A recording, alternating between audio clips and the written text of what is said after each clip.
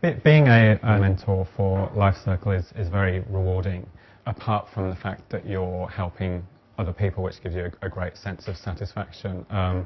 It's also an opportunity to learn a lot about life and death itself, and it's quite a privilege to be able to help with someone that's dealing with end of life.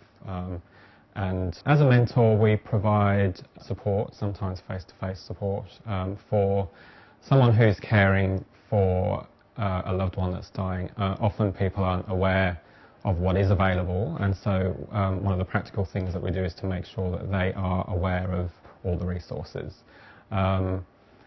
The aim of that is to take as much of the load off them as possible, so we also provide emotional support. Often people who are caring are completely overloaded and confused. One of the things that we can offer is grieve as well as provide support. Part of the support that we give is to facilitate conversations around end of life. People can find that very difficult to talk about, and often the people that are surrounding them don't know what to say or don't know what to ask either.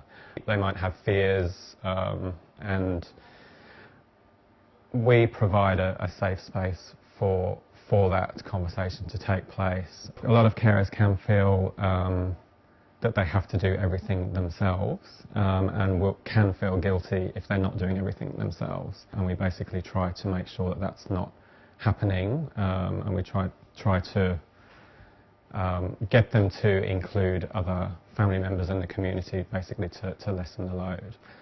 The level of contact with the carer is something that you work out between you. It's nice to be able to actually be there for them when they need you. So often there can be a lot of support whilst the loved one is dying, and that support can often stop when the funeral is over. And one of the wonderful things about LifeCircle is that process carries on for 13 months afterwards. So we are there for remembering important dates. That's something that's even more amazing about working for LifeCircle, is that the care continues. LifeCircle doesn't just provide support via mentoring for the carer.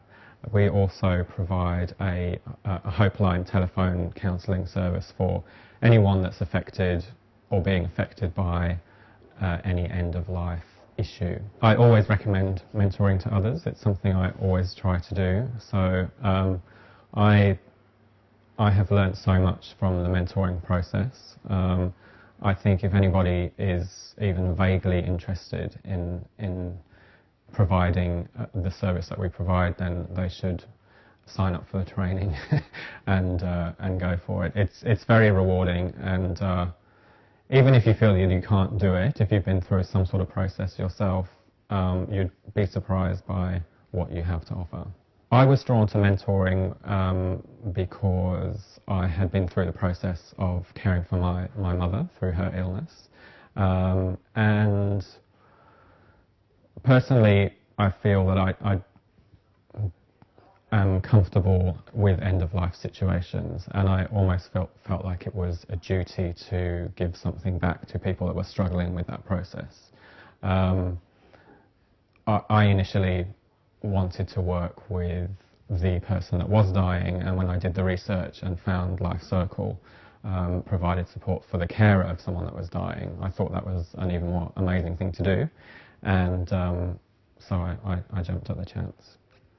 I think we all have something to offer, and even though the prospect of mentoring could potentially be quite daunting, we can surprise ourselves by what we have got to offer, and the training is really extensive and enjoyable as well, and it gives you a lot of knowledge and resource to become a mentor. But I think naturally we have our own resources that we can tap into, and if anyone has been through the process of looking after someone that's dying, they are more than qualified to become a mentor, so I would really recommend it.